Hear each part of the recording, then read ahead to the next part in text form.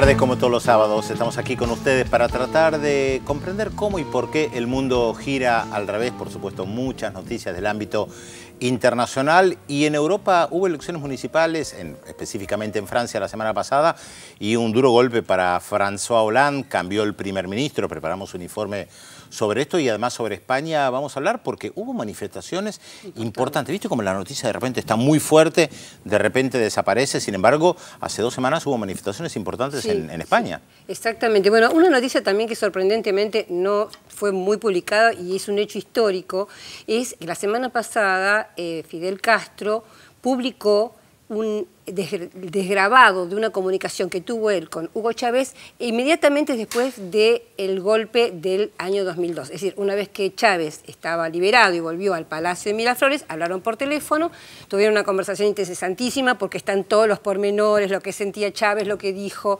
Larguísima comunicación, todo con las interrupciones de los familiares, bueno, pero sin duda es una desgrabación histórica porque ahí aparece nada más y nada menos que la conversación entre dos líderes en un momento histórico para Venezuela. Así que tenemos unos extractos sacados de esa larga conversación, lo que consideramos más importante, y después lo vamos a comentar. Tras el duro golpe que sufrió el socialismo en Francia, el presidente Hollande impulsa profundos cambios en su gobierno.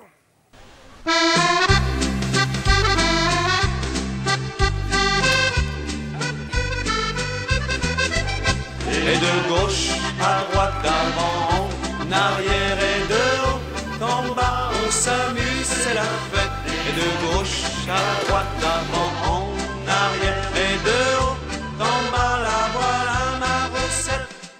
La segunda vuelta de las elecciones municipales en Francia, realizadas el 30 de marzo de 2014, confirmaron para François Hollande sus peores previsiones. Con una abstención récord del 38% y una gran cantidad de votos nulos, los franceses emitieron un contundente voto castigo contra el gobernante socialista y sus políticas de ajuste y reducción del gasto, que muchos ya caracterizan como neoliberales. Los magros resultados del primer turno electoral no lograron movilizar a los militantes de izquierda. Las fuerzas derechistas de Unión por un Movimiento Popular y del Frente Nacional, liderado por Marine Le Pen, fueron las grandes ganadoras, arrebatándole al socialismo 155 localidades de más de 9.000 habitantes e importantes ciudades como Toulouse, Pau, Angers, Quimper e incluso Limoges. Un histórico bastión dominado por el socialismo desde 1912. Solo la victoria de Anne Hidalgo en la alcaldía de París y el rescate de Aviñón ante el avance del candidato del Frente Nacional compensaron en parte las abrumadoras pérdidas territoriales. Frente a semejante golpe y sin siquiera esperar el recuento definitivo de votos, Hollande, el presidente más impopular en la historia de la Quinta República, aceptó la dimisión del primer ministro Jean-Marc Ayrault y nombró en su reemplazo al ministro del Interior, Manuel Valls, desatando una tormenta en el seno de la alianza gobernante. Más cercano a la expareja del mandatario Valéry Trierweiler, Valls, un franco-catalán de 51 años, mantenía hasta ahora con Hollande una relación tensa. Propulsor de un socialismo que no se diferencia demasiado de la derecha, a lo Tony Blair, Valls se especializa en escandalizar a la izquierda por su ambición y sus posiciones conservadoras. En un sondeo publicado en marzo, un 41% de los votantes de derecha lo escogían como primer ministro contra solo un 20% de votantes de izquierda. La última de las polémicas que protagonizó estuvo vinculada a una orden que dio como ministro del Interior, prohibiendo los espectáculos teatrales del comediante y activista político Dieudonné, acusado de antisemitismo. Pocos meses antes, había provocado otro escándalo al expulsar a Kosovo a una estudiante gitana de 15 años que vivía en el este de Francia. Al elegir a Valls, el presidente francés dejó en claro que no piensa modificar su política socioeconómica marcada desde el comienzo de su mandato por la austeridad y la reducción del déficit, haciendo caso omiso al desempleo que afecta a más de 3.400.000 franceses.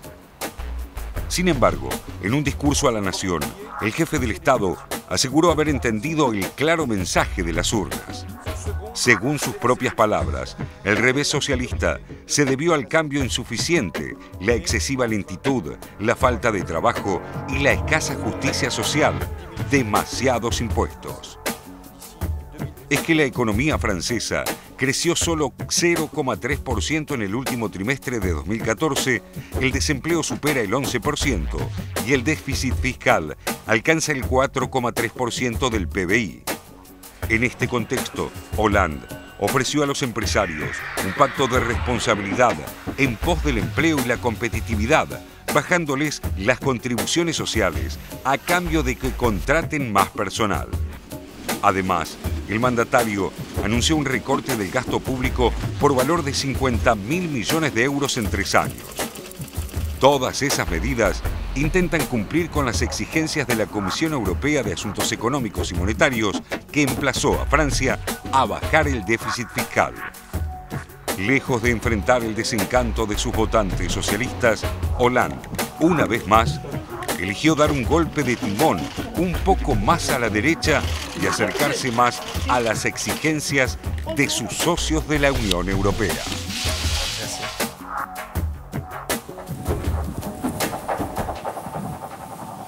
Bien interesante esta reacción que tuvo Hollande, como decía el informe, después de la paliza recibida, perdió muchísimos votos de izquierda, por supuesto, una abstención altísima, y me parece que está intentando, creo, la misma política que hizo cuando su campaña para ser presidente. En la campaña para ser presidente, Pedro, te acordarás que él va con la consigna de Francia la justa, o sea, Sarkozy va con Francia la fuerte, o sea, contra la migración, el tema de la seguridad, mano dura, bla, bla, y él hablaba de Francia la justa, dando a entender que iba a ser una política mucho menos neoliberal y que incluso hasta que se iba a enfrentar a Angela Merkel. Esto, por supuesto, no sucedió. Como sabemos, todo lo contrario.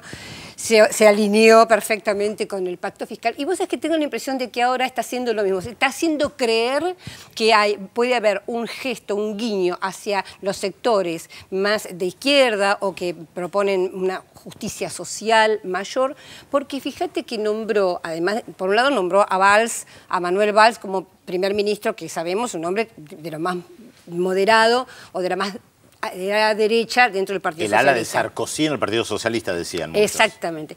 Pero por otro lado, nombró como ministro de Economía a Arnaud Montebourg, que es un hombre muy interesante porque es declaradamente antineoliberal, defiende el hecho en Francia, es decir, la producción nacional. Se enfrentó a la Peugeot, porque cuando la Peugeot dijo que iba a echar obreros, dijo, bueno, ustedes echan obreros, yo les retiro el subsidio que les da el Estado por producción. Se enfrentó a la mayor acerera del mundo, que es Mittal, enfrentándose directamente al CEO de eso, Mittal, diciéndole, bueno, si ustedes, también por un tema de echar obreros, si ustedes echan obreros, yo nacionalizo los altos hornos. O sea, decir la palabra nacionalización o estatización en la Francia de hoy o en la Europa de hoy es casi pecado. Entonces me da la impresión de que Hollande ha decidido dar algunos guiños para esa izquierda que perdió y, por supuesto, creo que definitivamente igualmente va a seguir un camino de derecha, ¿no? La pregunta, ¿por qué hacerle guiños a la izquierda si los votos van a la derecha? Si los votos van a la derecha, él, en su lógica y en la lógica de la mayoría de los partidos socialistas en Europa en los últimos años, es ir a buscar al electorado que votó por la derecha con un discurso que se acerca a la derecha. Pero justamente, yo creo que la gente de derecha votó, bueno, por eso creció el partido de Le Pen, ¿no es cierto? Exactamente. El Frente Nacional, porque, bueno, si vamos a votar a la derecha, la votamos a la derecha en serio. Exactamente. Y además no votamos a un partido socialista disfrazado. Pero yo creo que esa alta abstención, Pedro, que es un 38%, que es enorme, yo creo que son gente que no tenía candidato. Posiblemente. Ahora, de todas maneras, es un gabinete que trata de hacer o mantener una cierta componente con las diferentes fracciones dentro del Partido Socialista. El Partido Socialista no es homogéneo, hay hombres muy fuertes y mujeres en ese gabinete. Se incorporó Ségolène Royal también, que fue candidata a la presidencia del 2007, que perdió con Sarkozy. Además de ser además de ser la madre de los hijos del presidente François Hollande.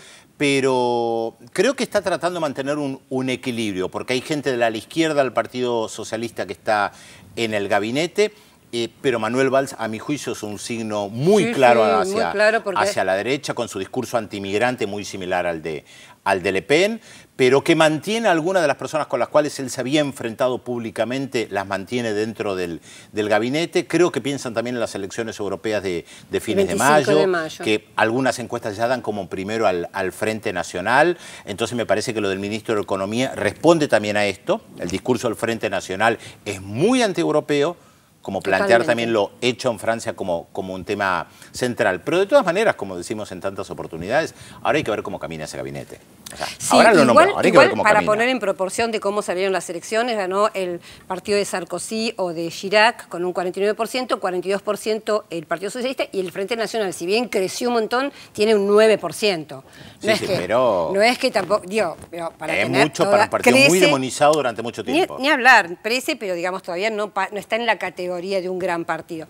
No, otra señal que me parece interesante que dio este nuevo gabinete es el canciller Laurent Fabius dijo, ya anunció que el 12 de abril, es decir, el sábado que viene, va a viajar a Cuba. Es el primer canciller en 30 años que viaja a la isla. Eso también me parece que es una señal. Digamos, yo estoy totalmente de acuerdo, de hecho Valls lo dijo, va a haber continuidad, no va a haber ruptura. Yo estoy absolutamente segura de que no se va a animar a enfrentar a Angela Merkel y al pacto fiscal de ninguna manera. Van a hacer los deberes, como se dice, del neoliberalismo en Europa, pero está, me parece, tratando de maquillar un poco esta línea tan derechista que está tomando para algunos, tal vez con la ilusión de que algunos ciudadanos vuelvan otra vez a votar al Partido Socialista, ¿no? No le va a ser fácil, además, porque tiene varias personalidades muy fuertes en el gobierno. De hecho, había un editorial, creo que del diario Le Monde, que planteaba el problema de Ségolène Royal, que tiene un ego muy grande, así lo planteaba el artículo, y que además fue candidata a la presidencia. De hecho, hay varios precandidatos a las presidencias de ocasiones anteriores que están en el gabinete. O sea, es un gabinete con personas muy fuertes. Pero por eso te decía, hay que ver cómo camina. Por ahora están las interpretaciones de los cambios. Y no hay que olvidarse que en París ganó Anne Hidalgo, del Partido Socialista, rodeada incluso de gente del Partido Comunista, aunque la derecha que perdió dice que en realidad en votos la derecha fue superior. Hay que ver cómo gobierna Anne Hidalgo, recordemos, gaditana, nacida en Cádiz, que a los 2 años llegó a Francia. Manuel Valls de origen catalán, efectivamente. Interesante cuando uno mira los nombres y apellidos del gabinete de François Hollande, uno encuentra muchos que son hijos de inmigrantes de las colonias o que vinieron de la guerra civil, la guerra civil española, por supuesto, sí. Claro. Bueno, vamos a ver entonces qué pasa el martes. Va a jurar Manuel Valls. De hecho, va a haber una votación en la Asamblea General donde lo van a nombrar primer ministro, y ahí seguramente va a haber un discurso de Manuel Valls, y dicen también que un discurso probablemente de François Hollande, donde habló de los puntos principales: recuperación económica y el bienestar de los franceses. Vamos a ver qué quiere decir eso. Lo que no hay en el gabinete es ningún Taylor. No hay ningún Taylor, ¿no? Ah, entonces pero nosotros tenemos uno. Claro. El mejor tenemos. Hola, ¿Cómo Félix? les va? Muy buenos días, ¿cómo están? Bueno, jornada de lluvia para seguir viendo Visión Internacional. Sí, 12:44, 19 grados 9 décimas. Día estupendo para estar frente al televisor mirándonos. Bueno, les contamos 0800 444 1777 4535 0709 los teléfonos para comunicarse con nosotros. Tenemos como siempre la incógnita de la jornada. Nosotros les vamos a dar algunos datos. Ustedes nos tienen que decir quién es el personaje. Aquí está, atención, primer dato del día de hoy. Allí la ven, nuestro personaje de hoy nació en Hungría en 1935. A los 21 años y tras la fallida Revolución Húngara de 1956, abandonó su país para refugiarse junto a su marido y su hija de 4 meses en Suiza. Durante el exilio, trabajó en una fábrica hasta que decidió renunciar, iniciando estudios de francés. ¿Quién es nuestro personaje de hoy? 0800 444 1777 45350709. Primera pausa en el programa de hoy y le adelantamos los temas que vamos a desarrollar en los próximos bloques. España, la crisis continúa. A pesar de la creciente movilización social y de que los índices económicos atisban una leve mejoría, el gobierno de Mariano Rajoy se niega a revisar su dura política de ajuste. Además, un diálogo histórico. El 14 de abril de 2002, Fidel Castro y Hugo Chávez mantuvieron una conversación telefónica tras el golpe de Estado sufrido por el entonces presidente venezolano. los pormenores de esa charla difundida recientemente por el líder cubano. Luego de la pausa, aquí, como siempre, en Visión 7 Internacional.